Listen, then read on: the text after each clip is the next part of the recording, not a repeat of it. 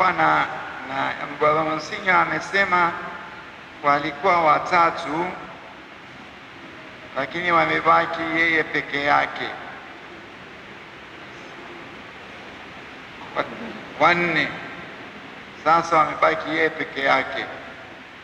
Sasa alipokuwa anaongea hapa, nafikiri aliachwa kwa sababu ana ujumbe maalum kwenye kanisa. Kuna jambo la kufundisha kwenye kanisa, na leo hata ameshafundisha, na bila shaka yako mengi, alibaki mwenyewe. Kwa nini? Kwa vile katika mambo hayo kuna watu walikuwa marekta hapa, vitu si amekuwa rekta, liachiwa na yeye. Inawezekana mngekuwa rekta kama ingekuwa ni huyu. Haya, kumbe naye amesema amekuwa rekta, yaani inawezekana hujepata bila huyu, kwa sababu si wanaulizwa, yaani wanachunguzwa kwa siri na kufanyaje mpaka mje mkateuliwe, na Roma si rahisi. Sasa nafikiri alikuwa na kazi ya pekee katika kanisa. Lakini la pili, ninyi waimbaji kweli, yaani mpaka mje mkafundishwe na wimbo wa Jubilee. Yaani huo wimbo bwana unaimbwa kwa sababu hakuna shemasi yoyote wala padi yoyote wala mjubilee yoyote, wawe ni wa kiume wala wa kike, ambaye anastahili kuadhimisha siku hiyo. Ni kwa huruma ya Mungu tu, ni kwa huruma ya Mungu tu. Kwa hiyo ule wimbo unatangaza ukuu wa Mungu, huruma ya Mungu. Hakuna hata mmoja anayestahili kufikia hapo. Sasa mpaka mnajifundisha jamani, maana kama kufundisha Monsinyori jotoka hivi hapa, sasa mjifunze. Lakini hata huo wa pili, sijui kama padri yuko, padri nani, padri huyu paroko wa nani anaitwa nani, huyu wa Newland huko, kumbe huko, huyu ndiye mkuu wa muziki. Sasa umesikia hiyo kochambe. Sasa kwenye sinodi tumesema kuna vitu vitakatifu, vitu vya heshima katika jimbo hili ambavyo inapaswa kutunzwa. Je, huo umeshauweka katika kama mojawapo ya urithi wetu? Upo? Sasa umesikia, sasa leo urudi ukachukua manota hapa vizuri. Ndio maana yupo. Nasema sana. Na kule naenda kule Ungwe, kila baada ya Ekaristi Takatifu naenda parokia Ungwe, wanawimba vizuri sana. Yaani wao wanamwambia Yesu, kambe tumeshiba. Yaani uko vizuri mno, unasikia kama yani tumemwambia tumeshiba, kama sio wewe atukekuja hapa. Sasa pia namna hiyo ni vizuri. Wewe unayeangalia mambo ya urithi wa kanisa, urithi wa jimbo la Moshi, jitahidi sana Father Anthony, weka vitu hivyo vizuri. Tunakuomba, na bahati nzuri yuko hapa baba, tunakushukuru sana. Yaani kwa kweli sasa amesema eti hana appetite na hajaweza kula wiki. Sasa mbona umesema hivyo? Nguvu zinatoka wapi? Ni huruma ya Mungu tu. Na sasa nyinyi madaktari mlioko hapa, mtafute kila namna apate appetite, maana tunamhitaji. Inaonekana hii hapa aliongea hapa ni neema ya Mungu tu, ni hiyo huruma ya Mungu inafanya kazi. Kwa hiyo naomba sana madaktari, tafuteni kila namna. Ni kweli tunajua kuna watu ambao wana tatizo hilo wengi tu, lakini madaktari mna namna mnayofanya, wanaweza kuanza kupata tena hilo.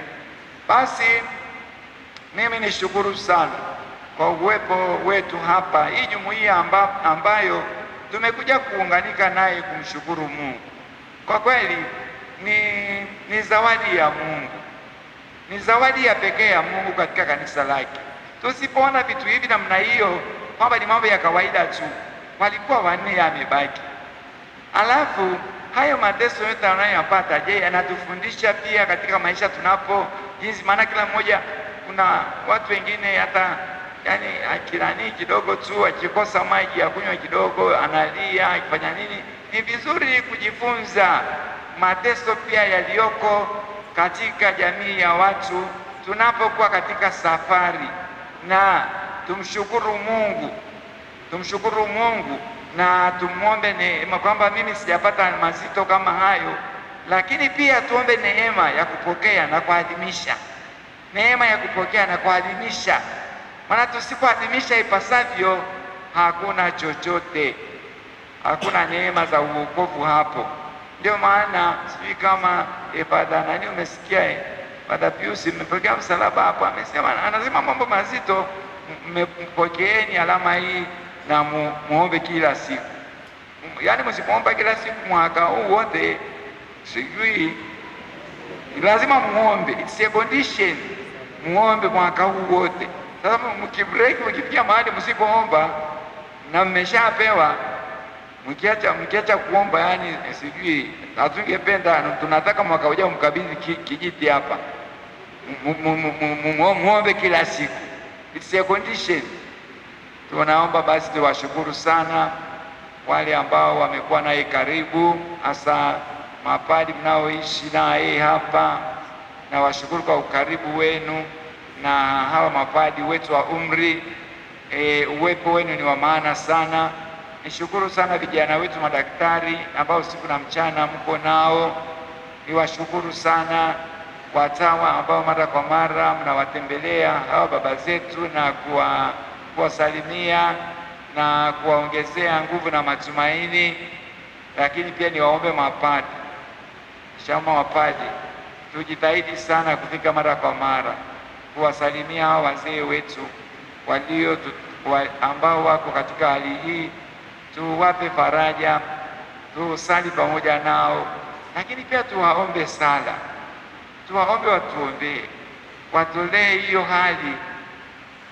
hali kwa ajili yetu, tunapokuwa huko kwenye utume, tunapokuwa labda tunapita kwenye hali ngumu sana, labda ni ya mahusiano, labda ni ya ukame, sio wa mvua tu, hata wa kuendesha parokia, tuwape watu wa namna hii, wanapotolea mateso yao kwa imani, yanakuwa ni fadhila, yanakuwa ni baraka kubwa sana katika kanisa, ni baraka kubwa sana katika kanisa.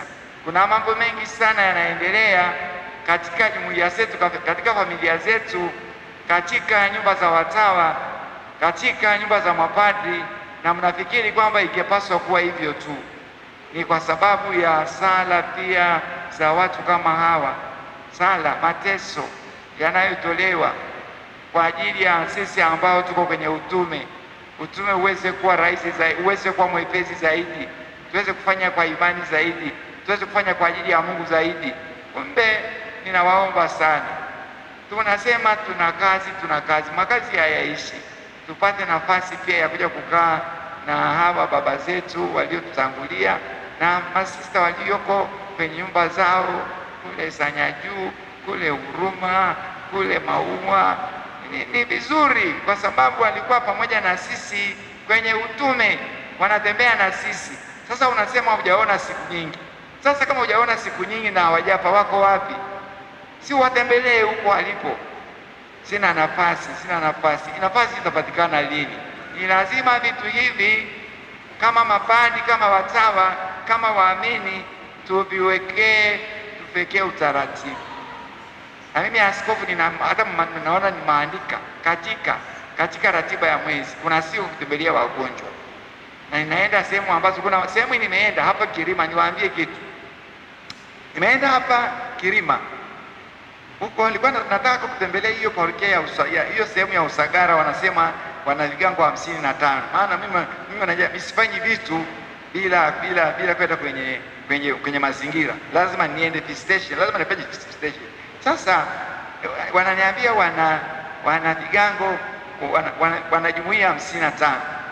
Sasa sikiliza kitu ambacho nimeona cha pekee. Tumeenda kwa mama mmoja, ni mgonjwa, ni kipofu. Niko na padi, niko na frateri, niko na kamati tendaji na padi Evans, huyu anayekaa hapo kwangu. Sasa yule mama haoni. Nikamwambia, mama, namna gani? Lakini sasa si unaona una nafuu kidogo. Nafuu, nashukuru tena sana baba askofu, umeshanipotea, umeshakuja nitapona. Nimwambia si unaona mimi sinakuja mara kwa mara hapa kunani, sinakuletea, si unasema tunakuletea Yesu hapa mara kwa mara. Nashukuru sana, nawashukuru. Na nikamwambia hata Jumapili nimekuletea. Akakaa kimya. Nikamwambia Jumapili sikuletea, sasa mimi niko hapa. Akamnyoshea mkono Evans, akasema ni huyu, ni huyu, ni huyu. Kumbe mimi nikabaki. Mimi nilikuwa nataka, yani kwa sababu ni askofu. Hapana, wanafahamu pamoja na kwamba huoni, yani ni huyu, ni huyu. Wewe waje kuona hapa, nimesikia sauti yako leo, ni huyu. Ilinigusa sana. Kumbe sasa wanatufahamu, hata kama wana macho, wanatunanganya wana macho, lakini wana macho ya kiroho. Alinikataa kabisa, akasema ni sio huyo, sijakuona wewe, ni huyu, huyu ndio mtoto wangu huyu. Sasa na mimi pale, sasa ni vizuri tujifunze mambo haya. Mambo haya ni ya maana sana. Nashukuru sana Baba Monsinyo, mambo uliotuambia hapa ni mazito, ni mambo ya kujifunza. Mnaona yani ana vionjo vya kimama na vya kibaba, yani akiongea kidogo ile, yani anajawa na huruma na uchungu, ni lazima alie. Ni baba huyu, ni mama, ndivyo alivyo kila mahali, ni baba, ni mama, na kila pale lazima ujifunze kuwa baba, kuwa mama. Sio lazima ulie, lazima yani uonje, uhisi vitu kwa undani hivi, kwamba yani unaona kwa kweli ningetaka vile hivi, lakini sasa haiwezekani. Basi kama unaweza kulia, ulie pia kama anavyolia yeye.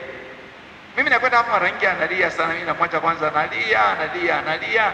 Ni vionjo vya utu, vionjo vya kimama, vionjo vya kibaba. Angetaka yatokee, lakini ametokea. Kwa hiyo analia. Sasa na sisi tuwe ni watu wa kucheka tu, sema mimi sina vionjo vya kulia baba askofu, mimi ni vya kucheka tu. Hongera. Hata kama ni vya kucheka tu, utakuja siku moja utalia mpaka watu washinde hata kukusikia. Huwezi kuwa namna hiyo, lazima uwe mtu ambaye kama umekamilika, lazima uwe na vionjo vya mama na vya kibaba, hasa mapali na watawa. Tumwombe Bwana Yesu atusaidie, mafundisho tuliyopata siku hii ya leo yatusaidie pia kuyaweka katika matendo. Hongera sana Baba Monsinyo, na asanteni sana kwa kufika kwa ajili ya sherehe hii. Asanteni.